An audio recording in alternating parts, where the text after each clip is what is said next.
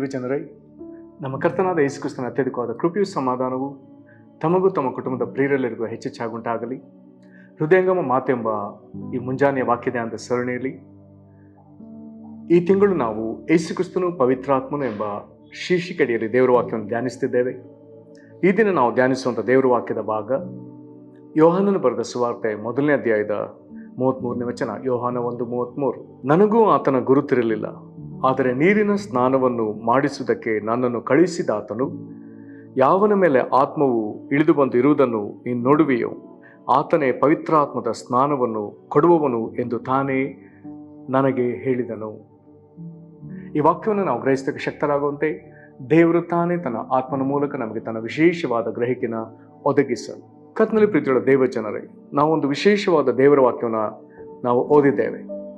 ಈಗ ನಾವು ಓದಿದ ಈ ದೇವರ ವಾಕ್ಯ ಇದನ್ನು ಹೇಳಿದಂಥ ವ್ಯಕ್ತಿ ಸ್ನಾನಿಕನಾದ ಯೋಹಾನ. ಈತನು ವಿಶೇಷವಾಗಿ ಯೇಸು ಕ್ರಿಸ್ತನಿಗೆ ಮುಂದೂತನಾಗಿ ಕಳಿಸಲ್ಪಟ್ಟವನು. ಕಾರಣ, ಇಸ್ರಾಯೇಲರಿಗೆ ಮೆಸ್ಸಿಯನನ್ನು ಪರಿಚಯಪಡಿಸುವಂಥ ಒಂದು ದೊಡ್ಡ ಕೆಲಸ ಆತನ ಮೇಲಿತ್ತು. ಹಾಗಾಗಿ ಇದೇ ಅಧ್ಯಾಯದ 19ನೇ ವಚನದಿಂದ ಕೆಲವು ವಚನಗಳನ್ನ ಓದಿದ್ರೆ, ಆತನು ಯೋರ್ದನ್ ಹೊಳೆಯಲ್ಲಿ ನೀರಿನ ದೀಕ್ಷಾ ಸ್ನಾನ ಮಾಡಿಸ್ತಿರುವಾಗ ಅವನ ಬಳಿಗೆ ಊರೇ ಹಳ್ಳಿಗಳ ಜನರೇ ಆತನ ಬಳಿಗೆ ಹೋಗಿ ದೀಕ್ಷಾ ಸ್ನಾನ ಮಾಡಿಸ್ಕೊಳ್ತಿರುವಾಗ ಯಹೂದ್ಯರು ಯಾಜಕರನ್ನ ಲೇವಿಯರನ್ನ ಆತನ ಬಳಿಗೆ ಕಳಿಸ್ತಾರೆ.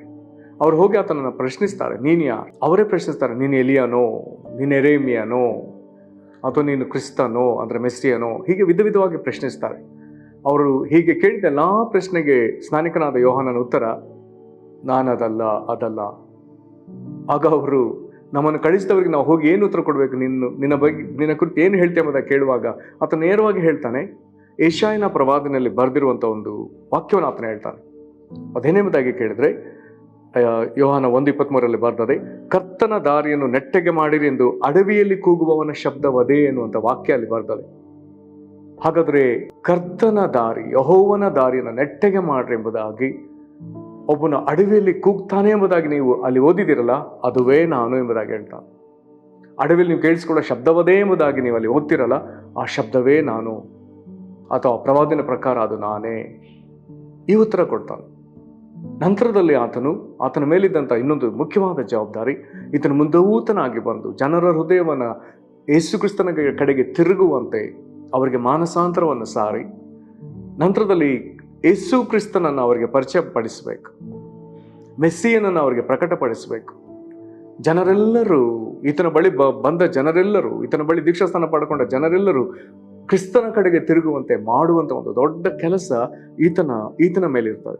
ಆದರೆ ಸ್ನಾನಿಕನಾದ ಯೋಹಾನನಿಗೆ ಆತನ ಬಳಿ ಬರ್ತಿರುವಂತ ದೊಡ್ಡ ಜನರ ಗುಂಪು, ಮಹಾಸಮೂಹ ಅಥವಾ ಜನಸ್ತೋಮದ ನಡುವೆ ಈತನಿಗೆ ಇದ್ದಂಥ ಮತ್ತೊಂದು ಜವಾಬ್ದಾರಿ ಏನೆಂಬುದಾಗಿ ಕೇಳಿದ್ರೆ, ಅವರ ಒಳಗೆ ಒಬ್ಬನು ಮೆಸ್ಸಿಯನು ಬರ್ತಾನೆ, ಅವನನ್ನ ಗುರುತಿಸಿ ಎಲ್ಲರಿಗೂ ತಿಳಿಪಡಿಸಬೇಕು, ಇವನೇ ಆ ಮೆಸ್ಸಿಯ ಎಂಬುದಾಗಿ. ಹಾಗಾದ್ರೆ ಅವನನ್ನು ಗುರುತಿಸುವುದು ಹೇಗೆ? ಆತನೇ ಹೇಳ್ತಾನೆ, ನನ್ನನ್ನು ನೀರಿನ ದೀಕ್ಷಾಸ್ನಾನ ಮಾಡಿಸೋದಕ್ಕೆ ಕಳಿಸಿಕೊಟ್ಟವನು, ಯಾರ ಮೇಲೆ ಪವಿತ್ರಾತ್ಮನ ಪಾರಿವಾಳದ ಹಾಗೆ ಇಳಿದು ಬಂದು ಇರುವುದನ್ನ, ಇಳಿದು ಬರುವುದು ಬೇರೆ, ಇರುವುದು ಬೇರೆ. ಹಾಗಾದ್ರೆ ಪಾರಿವಾಳದ ಹಾಗೆ ಪವಿತ್ರಾತ್ಮನು ಇಳಿದು ಬಂದು ಅವನ ಮೇಲೆ ಹಾಗೇ ನೆಲೆಸಬೇಕು. ಹೀಗೆ ಈ ಒಂದು ಸಂಗತಿಯನ್ನ, ದೃಶ್ಯವನ್ನ ನೀನು ಯಾರಲ್ಲಿ ಕಾಣ್ತೀಯೋ ಅವನೇ ದೇವಕುಮಾರನು, ಅವನೇ ಕ್ರಿಸ್ತನು, ಅಂದ್ರೆ ಅವನೇ ಮೆಸ್ಸಿಯನೆಂಬುದಾಗಿ ನೀನೆಲ್ಲರಿಗೂ ತಿಳಿಪಡಿಸಬೇಕೆಂಬುದಾಗಿ ತಂದೆ ದೇವರು ಆತನಿಗೆ ಅಪ್ಪಣೆ ಕೊಟ್ಟಿರ್ತಾರೆ. ಹಾಗಾದ್ರೆ ಸ್ನಾನಿಕನಾದ ಯೋಹಾನ ದೀಕ್ಷಾಸ್ನಾನ ಕೊಡುವಾಗ ಆತನ ಬಳಿಗೆ ಬರುವ ಪ್ರತಿಯೊಬ್ಬರನ್ನ ಗಮನಿಸ್ತಲೇ ಬರ್ತಾನೆ. ಯಾರ ವಿಷಯದಲ್ಲಿ ಇಂಥ ಒಂದು ದೊಡ್ಡ ಈ ಕಾರ್ಯ ನಡೀಲೇ ಇಲ್ಲ. ಇದೊಂದು ಬಹಳ ವೈಭವೀಕರಿಸಿದ, ವಿಜೃಂಭಣೆಯಿಂದ ನೋಡತಕ್ಕ ಒಂದು ವಿಷಯ. ಕಾರಣ, ಒಬ್ಬನ ಮೇಲೆ ಪರಲೋಕವು ತೆರೀತದೆ. ಬಹಳ ದೊಡ್ಡ ವಿಷಯ. ಅವನ ಮೇಲೆ ಪರಲೋಕದಿಂದ ಪವಿತ್ರಾತ್ಮನು ಇಳಿದು ಬರ್ತಾನೆ. ಇದೊಂದು ಬಹಳ ವೈಭವೀಕರಿಸಲ್ಪಟ್ಟ ದೃಶ್ಯ. ಸಮಸ್ತ ಜನಕೋಟಿಯಲ್ಲಿ ಒಬ್ಬನ ಮೇಲೆ ಮಾತ್ರ ನಡೆದಂತ ಒಂದು ದೃಶ್ಯ.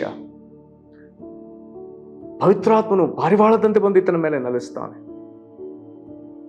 ಈಗ ಪವಿತ್ರಾತ್ಮ ಭರಿತನಾದ ಸ್ನಾನಿಕನಾದ ಯೋಹಾನ ಯೇಸು ಕ್ರಿಸ್ತನ ಮೇಲೆ ಪವಿತ್ರಾತ್ಮ ಇಳಿದು ಬಂದದನ್ನು ನೋಡಿ ಈತನು ಹೇಗೆ ಭಾವಪರವಶನಾದನೋ, ಆತ್ಮಪರವಶನಾದನೋ ಎಂಬುದಾಗಿ ಕೆಲವೊಮ್ಮೆ ಊಹಿಸಬೇಕೆಂಬುದಾಗಿ ನನಗೆ ಅನ್ನಿಸ್ತದೆ. ಈಗ ಆತನು ಈ ಒಂದು ದೃಶ್ಯ, ಪರಲೋಕದ ಈ ದೃಶ್ಯ, ಭೂಮಿಯ ಮೇಲೆ ನರಮನುಷ್ಯನಾಗಿ ಬಂದ ದೇವರ ವಾಕ್ಯದ ಮೇಲೆ, ನರಾವತಾರದಲ್ಲಿ ನಿಂತ ದೇವರ ವಾಕ್ಯದ ಮೇಲೆ ಬಂದು ಇಳಿಯುವುದನ್ನು ಆತನು ಕಾಣುವಾಗ ಕೂಡಲೇ ಆತನು ಹೇಳ್ತಾನೆ, ಈತನೇ ದೇವಕುಮಾರನೆಂಬುದಾಗಿ ಸಮಸ್ತ ಜನ ಕೋಟಿಗೆ, ನೆರೆದ ಜನಸ್ತೋಮಕ್ಕೆ ಆತನು ಜೋರಾಗಿ ದೊಡ್ಡ ಶಬ್ದದಿಂದ ಸಾರ್ತಾನೆ. ಆತ ನೋಡಿ, ಈತನೇ ದೇವರು ಯಜ್ಞಕ್ಕೆ ನೇಮಿಸಿದ ಕುರಿಮರಿ, ಲೋಕದ ಪಾಪವನ್ನು ಹೊತ್ತು ನಿವಾರಿಸುವವನೆಂಬುದಾಗಿ ಆತನು ಸಾರ್ತಾನೆ ಯೇಸು ಕ್ರಿಸ್ತನ ಕುರಿತಾಗಿ.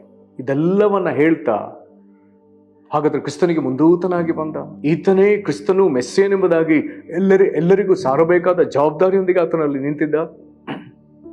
ಅದರ ಜೊತೆಗೆ ತಪ್ಪದೆ ಇನ್ನೊಂದು ಸಂದೇಶವನ್ನು ಆತನ ಜನರಿಗೆ ಹೇಳ್ತಾನೆ. ಅದನ್ನೇ ನಾವು 33ನೇ ವಚನದಲ್ಲಿ ಓದಿದ್ದೇವೆ. ನನಗೂ ಆತನ ಗುರುತಿರಲಿಲ್ಲ, ಆದರೆ ನೀರಿನ ಸ್ನಾನ ಮಾಡಿಸುವಂತೆ ನನ್ನನ್ನು ಕಳಿಸಿದ ಆತನು ಯಾವನ ಮೇಲೆ ಆತ್ಮವು ಇಳಿದು ಬಂದು ಇರುವುದನ್ನು ನೀನು ನೋಡುವಿಯೋ ಆತನೇ ಪವಿತ್ರಾತ್ಮದ ಸ್ನಾನವನ್ನು ಕೊಡುವವನು ಎಂದು ತಾನೇ ನನಗೆ ಹೇಳಿದನು. ತಂದೆ ದೇವರಿಂದ ಆತನು ಇನ್ನೊಂದು ಸಂದೇಶವನ್ನು ಕೇಳಿಸಿಕೊಂಡಿದ್ದಾನೆ, ಇನ್ನೊಂದು ದೃಢವಾದ ಒಂದು ಸಂದೇಶದ ಭಾಗವನ್ನು ಕೇಳಿಸಿಕೊಂಡಿದ್ದಾನೆ. ಅದು ಯಾವುದು? ಯಾರ ಮೇಲೆ ಪವಿತ್ರಾತ್ಮನು ಪಾರಿವಾಳದ ಹಾಗೆ ಇಳಿದು ಬಂದು ನೆಲೆಸ್ತಾನೋ ಆತನು ಯಾರೆಂಬುದಾಗಿ ಹೇಳಬೇಕು. ಹಾಗಾದ್ರೆ ಆತನು ಯಾರೆಂಬುದಾಗಿ ಕೇಳಿದ್ರೆ, ಜನರಿಗೆ ಮುಂದೆ ಪವಿತ್ರಾತ್ಮದ ಸ್ನಾನ ಕೊಡುವವನು. ಕರ್ತನಲ್ಲಿ ಪ್ರೀತಿಯುಳ್ಳ ದೈವ ಜನರೇ, ಈ ಒಂದು ವಾಕ್ಯ ಬಹಳ ಪ್ರಾಮುಖ್ಯವಾದ ವಾಕ್ಯ. ಯಾಕೆ? 4 ಸುವಾರ್ತೆಗಳಲ್ಲಿ ತಪ್ಪದೆ ಬರೆಯಲ್ಪಟ್ಟ ಮಾತು. 4 ಸುವಾರ್ತಿಕರು ಯೇಸು ಕ್ರಿಸ್ತನು ನಮಗೆ ಪವಿತ್ರಾತ್ಮದ ಸ್ನಾನ ಕೊಡ್ತಾನೆಂಬುವಂಥ ವಿಚಾರವನ್ನ ಸ್ಪಷ್ಟವಾಗಿ ಮಾತನಾಡಿದ್ದಾರೆ. ಮತ್ತಾಯ 3ನೇ ಅಧ್ಯಾಯದ 11ನೇ ವಚನದಲ್ಲಿ ಅಲ್ಲಿ ಬರೆದದೆ, ಈಗ ಸ್ಥಾನಿಕನಾದ ಯೋಹಾನನು ಹೀಗೆ ಹೇಳ್ತಿದ್ದಾನೆ, ನಾನಂತೂ ನಿಮ್ಮ ಮನಸ್ಸು ತಿರುಗಿಕೊಳ್ಳಬೇಕೆಂಬುದಕ್ಕೆ ನಿಮಗೆ ನೀರಿನಲ್ಲಿ ಸ್ನಾನ ಮಾಡಿಸ್ತೇನೆ, ಆದರೆ ನನ್ನ ಹಿಂದೆ ಬರುವವನು ನನಗಿಂತ ಶಕ್ತನು, ಆತನ ಕೆರಗಳನ್ನು ಹೊರಲಿಕ್ಕೂ ನಾನು ಯೋಗ್ಯನಲ್ಲ. ಆತನು ಪವಿತ್ರಾತ್ಮನಲ್ಲಿಯೂ ಬೆಂಕಿಯಲ್ಲಿಯೂ ನಿಮಗೆ ಸ್ನಾನ ಮಾಡಿಸುವನು. ಮತ್ತಾಯ 3:11. ನಂತರದಲ್ಲಿ ಮಾರ್ಕ 1:8ರಲ್ಲಿ ಹೀಗೆ ಬರ್ತದೆ, ನಾನು ನಿಮಗೆ ನೀರಿನ ಸ್ನಾನ ಮಾಡಿಸಿದೆನು, ಆತನಾದರೂ ನಿಮಗೆ ಪವಿತ್ರಾತ್ಮದ ಸ್ನಾನ ಮಾಡಿಸುವನು ಎಂದು ಸಾರಿ ಹೇಳಿದನು. ನಂತರದಲ್ಲಿ ಲೂಕ 3:16ರಲ್ಲಿ ತಿರುಗಿ ಮಾತು ಬರೆದದೆ. ಓದ್ತೇನೆ, ಯೋಹಾನನು ಅವರೆಲ್ಲರಿಗೆ, ನಾನಂತೂ ನಿಮಗೆ ನೀರಿನ ಸ್ನಾನ ಮಾಡಿಸುವವನು, ಆದರೆ ನನಗಿಂತ ಶಕ್ತನು ಬರುತ್ತಾನೆ, ಆತನ ಕೆರಗಳ ಭಾರವನ್ನು ಬಿಚ್ಚುವುದಕ್ಕೂ ನಾನು ಯೋಗ್ಯನಲ್ಲ. ಆತನು ಪವಿತ್ರಾತ್ಮದಲ್ಲಿಯೂ ಬೆಂಕಿಯಲ್ಲಿಯೂ ನಿಮಗೆ ಸ್ನಾನ ಮಾಡಿಸುವನು. ಹಾಗಾಗಿ ಅನೇಕ ಭಕ್ತರು, ಅನೇಕ ವೇದಶಾಸ್ತ್ರ ಪಂಡಿತರು ಸ್ನಾನಿಕನಾದ ಯೋಹಾನನನ್ನ ಮತ್ತು ಯೇಸು ಕ್ರಿಸ್ತನನ್ನ ಸ್ನಾನಿಕರೆಂಬುದಾಗಿ ಕರೀತಾರೆ. John the Baptist and Jesus the Baptist. ಸ್ನಾನಿಕನಾದ ಯೋಹಾನ, ಜಾನ್ ದ ಬ್ಯಾಪ್ಟಿಸ್ಟ್ ನೀರಿನಲ್ಲಿ ದೀಕ್ಷಾ ಸ್ನಾನ ಮಾಡಿಸುವನು. ಜೀಸಸ್ ದ ಬ್ಯಾಪ್ಟಿಸ್ಟ್ ಈತ ನಮಗೆ ಪವಿತ್ರಾತ್ಮದಲ್ಲಿಯೂ ಬೆಂಕಿಯಲ್ಲಿಯೂ ಸ್ನಾನ ಮಾಡಿಸುವನು. ಕರ್ತನಲ್ಲಿ ಪ್ರೀತಿಯುಳ್ಳ ದೇವಜನರೇ, ಇದು ಬಹಳ ಅವಶ್ಯವಾದ ವಿಷಯ. ಯಾಕೆ? ನಾವು ಈ ಒಂದು ಧ್ಯಾನ ಮಾಡೋದಕ್ಕೆ ಮೊದಲು ಓದಿದಂಥ ವಾಕ್ಯ ಇದೆ, ಮೊದಲನೇ ದಿನ ಓದಿದಂಥ ವಾಕ್ಯ. ಅದು ಯೋಹಾನ 3:34. ಏನದು? ಹೇಗೆಂದ್ರೆ, ದೇವರು ಯಾರನ್ನು ಕಳಿಸಿದಾನೋ ಆತನಿಗೆ ಆತ್ಮವರವನ್ನು ಅಳತೆ ಮಾಡದೆ ಅನುಗ್ರಹಿಸಿರುವುದರಿಂದ. ಹಾಗಾದ್ರೆ ದೇವರು ಯಾರನ್ನ ಕಳಿಸ್ತಾನೋ ಅವರಿಗೆ ಆತ್ಮವರವನ್ನು ಆತನು ಕೊಡ್ತಾನೆ. ಇದನ್ನು ಏಷಾಯನು ಸಹ ಅದ್ಭುತವಾಗಿ ಬರೀತಾನೆ. ಏಷಾಯನು ಬರೆದ ಪ್ರವಾದನೆಯ ಗ್ರಂಥ 48ನೇ ಅಧ್ಯಾಯ 16ನೇ ವಚನ. ಯೋಹಾನ 48:16. ನನ್ನ ಬಳಿಗೆ ಬಂದು ಇದನ್ನು ಕೇಳಿರಿ, ಆದಿಂದಲೂ ನಾನು ಗುಟ್ಟಾಗಿ ಮಾತಾಡಲಿಲ್ಲ, ಭೂಮಿ ಉಂಟಾದದಿಂದ ಅಲ್ಲಿದ್ದೇನೆ. ಈಗ ಯೆಹೋವನೆಂಬ ದೇವರು ತನ್ನ ಆತ್ಮದೊಡನೆ ನನ್ನನ್ನು ಕಳಿಸಿದ್ದಾನೆ. ಹಾಗಾದ್ರೆ ಯೇಸು ಕ್ರಿಸ್ತನನ್ನ ತಂದೆಯಾದ ದೇವರು ಆತ್ಮದೊಡನೆ ಕಳಿಸಿದ್ದಾನೆ ಅನ್ನೋ ಮಾತು ಹೊಸ ಒಡಂಬಡಿಕೆ ಮಾತು ಮಾತ್ರವಲ್ಲ, ಹಳೆ ಒಡಂಬಡಿಕೆಯಲ್ಲೇ ಬರೆಯಲ್ಪಟ್ಟದೆ. ಹಳೆ ಒಡಂಬಡಿಕೆಯಲ್ಲೇ ತ್ರೈಕತ್ವವನ್ನು ಸ್ಪಷ್ಟವಾಗಿ ತೋರಿಸುವಂಥ ವಚನಗಳಲ್ಲಿ ಈ ವಚನವೂ ಒಂದು.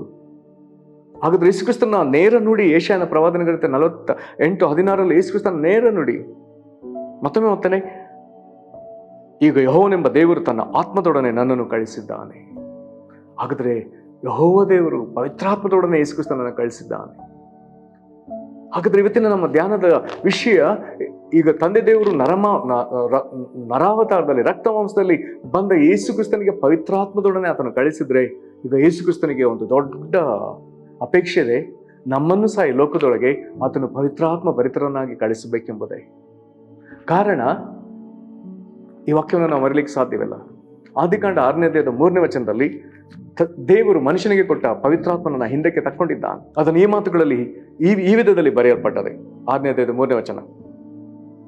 ಆಗ ಯೆಹೋವನು, ನನ್ನ ಆತ್ಮವು ಮನುಷ್ಯರಲ್ಲಿ ಶಾಶ್ವತವಾಗಿರುವುದಿಲ್ಲ, ಅವರು ಭ್ರಷ್ಟರಾದ್ದರಿಂದ ಮರ್ತ್ಯರೇ, ಅವರ ಆಯುಷ್ಯವು 120 ವರ್ಷವಾಗಿರಲಿ ಅಂದನು. ನನ್ನ ಆತ್ಮ ಮನುಷ್ಯರಲ್ಲಿ ಶಾಶ್ವತವಾಗಿ ಇರಲ್ಲ. ಹಾಗಾದ್ರೆ ದೇವರು ಮನುಷ್ಯರಿಗೆ ಯಥೇಚ್ಛವಾಗಿ ಕೊಟ್ಟಿದ್ದ ಪವಿತ್ರಾತ್ಮನು ಇನ್ನೂ ಮನುಷ್ಯರೊಳಗೆ ಇರಲ್ಲ ಎಂಬುದಾಗಿ ದೇವರು ಭಾವಿಸುವುದಾದರೆ ದೇವರು ಅದನ್ನು ಹಿಂದಕ್ಕೆ ತೆಗೆದುಕೊಂಡಿದ್ದ. ಕರ್ತನಲ್ಲಿ ಪ್ರೀತಿಯುಳ್ಳ ದೇವ ಜನರೇ, ನಾವು ಪವಿತ್ರಾತ್ಮನನ್ನ ಕಳ್ಕೊಂಡ ಜನರು. ಇದು ದೇವರಿಗೆ ಎಷ್ಟೋ ವೇದನೆ. ಹಾಗಾದ್ರೆ ದೇವರು ಯೇಸು ಕ್ರಿಸ್ತನನ್ನ ಕಳಿಸಿದ್ರಲ್ಲಿ ಒಂದು ಮುಖ್ಯವಾದ ಕಾರಣ ನಾವು ತಿರುಗಿ ಪವಿತ್ರಾತ್ಮನನ್ನ ಪಡ್ಕೊಳ್ಳಬೇಕೆನ್ನುವುದಕ್ಕಾಗಿ.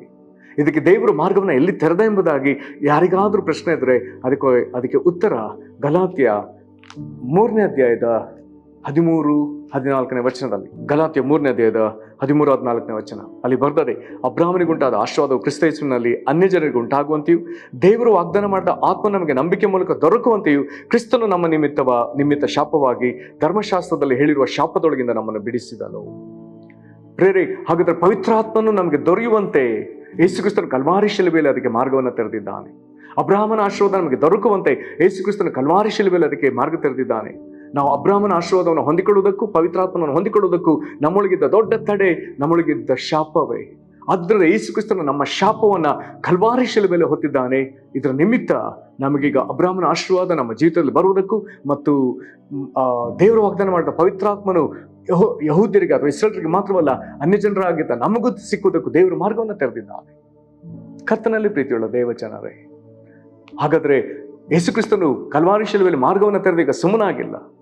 ಆತನು ಮಹಿಮಾ ಪದವಿಗೆ ಹೋದ ಮೇಲೆ, ನಾವು ಮುಂಬರುವ ದಿನಗಳಲ್ಲಿ ಅವುಗಳ ಕುರಿತಾಗಿ ಸ್ವಲ್ಪ ಓದ್ತೇವೆ, ನಾವು ಧ್ಯಾನಿಸ್ಲಿಕ್ಕಿದ್ದೇವೆ. ಆತನು ಮಹಿಮಾ ಪದವಿಗೆ ಹೋದ ಮೇಲೆ ತಂದೆಯನ್ನು ಆತನು ಬೇಡಿಕೊಳ್ತಾನೆ. ಯೋಹಾನ 14:15 ಪ್ರಕಾರ ಅದರ ನಿಮಿತ್ತ ತಂದೆಯ ದೇವರು ನಮಗೆ ಪವಿತ್ರಾತ್ಮನನ್ನು ಕಳಿಸ್ತಾನೆ. ಇದನ್ನ ಪ್ರಸ್ತಾಪಿಸಿ ಅಪೊಸ್ತಲನಾದ ಪೌಲನು 2ನೇ ಅಧ್ಯಾಯದಲ್ಲಿ ಆತನು ಮಾತನಾಡ್ತಾನೆ. ಈಗ ಆತನು ಅತ್ಯುನ್ನತ ಪದವಿಯಲ್ಲಿ ಆಸೀನನಾಗಿರೋದ್ರಿಂದಲೇ, ಆತನು ಮಹಿಮಾ ಪದವಿಯಲ್ಲಿ ಇರೋದ್ರಿಂದಲೇ ಈಗ ಆತನು ತಂದೆ ವಾಗ್ದಾನ ಮಾಡಿದನು, ಆತನು ನಮಗೆ ಕಳಿಸಿಕೊಟ್ಟಿದ್ದಾನೆ. ಹಾಗಾದ್ರೆ ಇವೆಲ್ಲವುಗಳಲ್ಲಿ ಒಂದು ದೊಡ್ಡ ವಿಷಯವೇನು? ನೀನು ನಾನು ಪವಿತ್ರಾತ್ಮನನ್ನ ತಿರುಗಿ ಹೊಂದಿಕೊಳ್ಳಬೇಕು. ಹಾಗಾಗಿ 4 ಸುವಾರ್ತಿಕರು ತಪ್ಪದೆ ಬರೀತಾರೆ ಸ್ನಾನಿಕನಾದ ಯೋಹಾನನ ಈ ಹೇಳಿಕೆಯನ್ನ, ಆತನು ಪವಿತ್ರಾತ್ಮದಲ್ಲಿ ಸ್ನಾನ ಮಾಡಿಸುವನು ಅಥವಾ ಆತನು ಪವಿತ್ರಾತ್ಮದಲ್ಲಿ ಕ್ಷಮಿಸಿ ಇದನ್ನ ಕಟ್ ಮಾಡಿ, ಆತನು ಪವಿತ್ರಾತ್ಮದಲ್ಲಿ ಬೆಂಕಿಯಲ್ಲಿ ಸ್ನಾನ ಮಾಡಿಸುವ. ಯೇಸುವಿಗಾದ ದೀಕ್ಷಾ ಸ್ನಾನವನ್ನ ಅಪೊಸ್ತಲರ ಕೃತ್ಯ 10:38ರಲ್ಲಿ ಆತನು ಪವಿತ್ರಾತ್ಮದಲ್ಲಿ ಬಲದಿಂದಲೇ ಅಭಿಷೇಕಿಸಲ್ಪಟ್ಟವನು. ಇದೇ ಮಾತನ್ನ ಸ್ನಾನಿಕನಾದ ಯೋಹಾನನ ನುಡಿಗಳಲ್ಲಿ ನಾವು ನೋಡುವುದಾದ್ರೆ ಆತನು ಪವಿತ್ರಾತ್ಮದಿಂದಲೂ ಬೆಂಕಿದಲ್ಲೂ ನಮಗೆ ಸ್ನಾನ ಮಾಡಿಸುವನು. ಕರ್ತನಲ್ಲಿ ಪ್ರೀತಿಯುಳ್ಳ ದೇವ ಜನರೇ, ನೀನು ನಾನು ಪವಿತ್ರಾತ್ಮ ಭರಿತರಾಗಬೇಕೆಂಬುದು ದೇವರ ಚಿತ್ತ, ದೇವರ ವಾಗ್ದಾನ. ಇದಕ್ಕೆ ಮಾರ್ಗವನ್ನು ತೆರೆದುಕೊಟ್ಟವನು ದೇವರ ಮಗನಾದ ಯೇಸು ಕ್ರಿಸ್ತನು. ಈತನು ಮಹಿಮಾಪದದಲ್ಲಿ ಇದ್ದುಕೊಂಡು ಅಲ್ಲಿಂದ ನಮಗೆ ಈತನ ಸುರಿಸ್ತಲಿದ್ದಾನೆ. ಯೋಹಾನ 7:39 ಪ್ರಕಾರ ಸುರಿಸ್ತಲಿದ್ದಾನೆ, ಇಂದಿಗೂ ಸುರಿಸ್ತಿದ್ದಾನೆ. ನಾವು ಪವಿತ್ರಾತ್ಮ ಭರಿತರಾಗಿ ಪರಲೋಕದ ಬೆಂಬಲದೊಂದಿಗೆ, ಪರಲೋಕದ ದೇವರ ಸಹಾಯದೊಂದಿಗೆ, ಆದರಣ ಕರ್ತನೊಂದಿಗೆ, ಸದಾಕಾಲಕ್ಕೂ ನಮಗೆ ಸಹಾಯಕನಾಗಿರುವಂಥ ಪವಿತ್ರಾತ್ಮನೊಂದಿಗೆ, ಸತ್ಯದ ಆತ್ಮನೊಂದಿಗೆ ನಾವು ಜೀವಿಸಬೇಕೆಂಬುದು ದೇವರ ಇಷ್ಟ. ಆದರೆ ಪವಿತ್ರಾತ್ಮನು ಯೇಸು ಕ್ರಿಸ್ತನ ಮೇಲೆ ಇಳಿದು ಬರುವುದಾದರೆ ಹಾಗಾದ್ರೆ ನಾವು ಹಾಗೆ ಪವಿತ್ರಾತ್ಮನನ್ನು ಹೊಂದಿಕೊಳ್ಳುವುದಕ್ಕೆ ಸಾಧ್ಯವಿಲ್ಲ. ಮೊದಲು ಯೇಸು ಕ್ರಿಸ್ತನನ್ನು ನಾವು ಅಂಗೀಕರಿಸಬೇಕು. ಯೇಸು ಕ್ರಿಸ್ತನ ನಮ್ಮೊಳಗೆ ಬರುವುದಾದರೆ ಯೇಸು ಕ್ರಿಸ್ತನ ಎಲ್ಲಿದ್ದಾನೋ ಅಲ್ಲಿ ಪವಿತ್ರಾತ್ಮನಿದ್ದಾನೆ. ಹಾಗಾದ್ರೆ ನಿನ್ನೊಳಗೆ ಯೇಸು ಕ್ರಿಸ್ತನ ಇರುವುದಾದ್ರೆ ನಿನ್ನ ಮೇಲೆ ಪವಿತ್ರಾತ್ಮನು ಬರ್ತಾನೆ. ಆದುದರಿಂದ ನಾವು ಯೇಸು ಕ್ರಿಸ್ತನ ನಮ್ಮಲ್ಲಿ ಯಥೇಚ್ಛವಾಗಿ ಜೀವಿಸುವಂತೆ, ಕ್ರಿಸ್ತನ ನಮ್ಮಲ್ಲಿ ಯಥೇಚ್ಛವಾಗಿ ಜೀವಿಸುವಂತೆ ನಮ್ಮ ಜೀವಿತವನ್ನು ದಿನದಿಂದ ದಿನಕ್ಕೆ ಅಧಿಕ ಮಾನಸಾಂತರಕ್ಕೆ ಒಪ್ಪಿಸಿಕೊಡೋಣ, ಅಧಿಕವಾಗಿ ವಾಕ್ಯಕ್ಕೆ ಒಪ್ಪಿಸಿಕೊಡೋಣ. ಇದರ ಮೇಲೆ ಪವಿತ್ರಾತ್ಮ ನಮ್ಮ ಮೇಲೆ ಹೆಚ್ಚೆಚ್ಚಾಗಿ ನೆಲೆಸಲಿ. ದೇವರು ಬಯಸುವಂತ, ದೇವರಿಗೆ ಪ್ರಿಯರಾದ ಮಕ್ಕಳಾಗಿ ಜೀವಿಸುವುದಕ್ಕೂ ದೇವರ ಸಾಮರ್ಥ್ಯವನ್ನು ಲೋಕದಲ್ಲಿ ತೋರ್ಪಡಿಸುವುದಕ್ಕೂ ಕರ್ತನನ್ನು ವಿಶೇಷವಾಗಿ ಮುನ್ನಡೆಸಲಿ. ಪ್ರಾರ್ಥನೆ ಮಾಡೋಣ. ಮಹಾಕೃಪೆಯ ಪರಲೋಕ ತಂದೆ, ಯೇಸು ಕ್ರಿಸ್ತನೇ, ನೀನು ಪವಿತ್ರಾತ್ಮ ಸ್ನಾನ ಹೊಂದಿದಲ್ಲದೆ ನಮಗೂ ಕರ್ತನೆ ಪವಿತ್ರಾತ್ಮದಲ್ಲಿಯೂ ಬೆಂಕಿಯಲ್ಲಿಯೂ ಸ್ನಾನ ಮಾಡಿಸುವವನು. 4 ಸುವಾರ್ತೆಗಳಲ್ಲಿ ಇದನ್ನು ಹೇಳಿದಿ. ನಾವು ಕಳಕೊಂಡದ್ರಿಂದ ಅದನ್ನು ನಾವು ಪಡ್ಕೊಳ್ಳುವುದಕ್ಕಾಗಿ, ಮಾರ್ಗ ತೆರೆಯುವುದಕ್ಕಾಗಿ ಬಂದು ಅದಕ್ಕೆ ಅಡ್ಡಲಾಗಿದ್ದ ಶಾಪವನ್ನ ಕಲ್ವಾರಿ ಶಿಲುಬೆಯಲ್ಲಿ ನೀನು ಹೊತ್ತು ಅಬ್ರಹಾಮನ ಆಶೀರ್ವಾದವು ಮತ್ತು ಪವಿತ್ರಾತ್ಮ ನಮಗೆ ಸಿಕ್ಕುವಂತೆ, ಅನ್ಯ ಜನರಾಗಿದ್ದ ನಮಗೆ ಸಿಕ್ಕುವಂತೆ ಮಾರ್ಗ ಏರ್ಪಡಿಸಿಕೊಟ್ಟ ಯೇಸುವೇ ನಿನಗೆ ಸ್ತೋತ್ರ. ನಿನ್ನ ಮಹಿಮಾ ಪದವಿಯನ್ನು ಅಲಂಕರಿಸಿ ಕೂಡಲೇ ನಾವು ಪವಿತ್ರಾತ್ಮನ ಹೊಂದಿಕೊಳ್ಳುವಂತೆ ಪ್ರಾರ್ಥನೆ ಆರಂಭಿಸಿ ಇಂದಿನವರೆಗೂ ನಮಗಾಗಿ ಪ್ರಾರ್ಥಿಸ್ತಿದೆಯಲ್ಲ. ನಿನ್ನ ನಂಬುವ ಪ್ರತಿಯೊಬ್ಬೊಬ್ಬರ ಮೇಲೆ, ಹೊಸ ಸವಾಲುಗಳಲ್ಲಿ ಹೋಗುವಂಥ ಪ್ರತಿ ವಿಶ್ವಾಸ ಸೇವಕರ ಮೇಲೆ ಪವಿತ್ರಾತ್ಮನ ಇಳಿದು ಬರುವಂತೆ ನೀನು ಮಾಡ್ತಿದ್ದೆಯಲ್ಲ. ನಿನಗೆ ನಾವು ಸ್ತೋತ್ರ ಸಲ್ಲಿಸ್ತೇವೆ. ಕರ್ತನ ಪಾದಗಳಿಗೆ ಅಡ್ಡ ಬಿದ್ದು ನಾವು ಸ್ತುತಿಸ್ತೇವೆ. ನಿನ್ನ ಈ ಒಂದು ಕರ್ತನೆ, ಈ ಚಿತ್ತಕ್ಕಾಗಿ ನಮ್ಮ ವಿಷಯದಲ್ಲಿ ನಿನಗಿರುವಂಥ ಈ ಕಾಳಜಿಗಾಗಿ ನಾವು ಪವಿತ್ರಾತ್ಮನ ಹೊಂದಿಕೊಳ್ಳಲೇಬೇಕೆನ್ನುವಂಥ ನಿನ್ನ ದೃಢ ನಿಶ್ಚಯಕ್ಕಾಗಿ ಸ್ತೋತ್ರ ಸಲ್ಲಿಸಿ, ಪರಲೋಕ ತಂದೆ, ನಿನ್ನ ಪ್ರಿಯ ಮಗನಾದ ಯೇಸು ಕ್ರಿಸ್ತನ ಮುಂದೆ ಅಡ್ಡ ಬಿದ್ದು ಆತನ ನಮ್ಮ ಹೃದಯದಲ್ಲಿ ಸ್ವಂತ ರಕ್ಷಕನಾಗಿ ಅಂಗೀಕರಿಸ್ತೇವೆ. ಇದನ್ನ ವಾಕ್ಯ ಕೇಳ್ತಿರುವಂಥ ಪ್ರತಿಯೊಬ್ಬೊಬ್ಬರಿಗೂ ಪವಿತ್ರಾತ್ಮ ಸುರಿಸು. ಯಾರಿನ ಪವಿತ್ರಾತ್ಮನ ವರವನ್ನು ಹೊಂದಿಕೊಳ್ಳಿಗೋ ಅವರು ಯೇಸು ಕ್ರಿಸ್ತನ ನಂಬಲಿ. ಪವಿತ್ರಾತ್ಮನನ್ನ ಹೊಂದಿಕೊಂಡವರು ಇನ್ನೂ ಅಧಿಕವಾಗಿ ಪವಿತ್ರಾತ್ಮನ ಸಾಮರ್ಥ್ಯವನ್ನ, ವರವನ್ನ ಹೊಂದಿಕೊಳ್ಳಲಿ ಸ್ವಾಮಿ. ಇದರ ಕುರಿತಾಗಿ ಇನ್ನೂ ಅಧಿಕವಾಗಿ ತಿಳಿಪಡಿಸು. ನಿನಗೆ ಮಾಡುವುದಕ್ಕಾಗಿ ಸ್ತೋತ್ರ. ಯೇಸು ಕ್ರಿಸ್ತನ ಹೆಸರಿನಲ್ಲಿ ಬೇಡಿದ್ದೇವೆ ನಮ್ಮ ತಂದೆಗೆ, ಆಮೇನ್. ಕರ್ತನ ನಿಮ್ಮನ್ನು ಆಶೀರ್ವದಿಸಲಿ. ವಂದನೆ.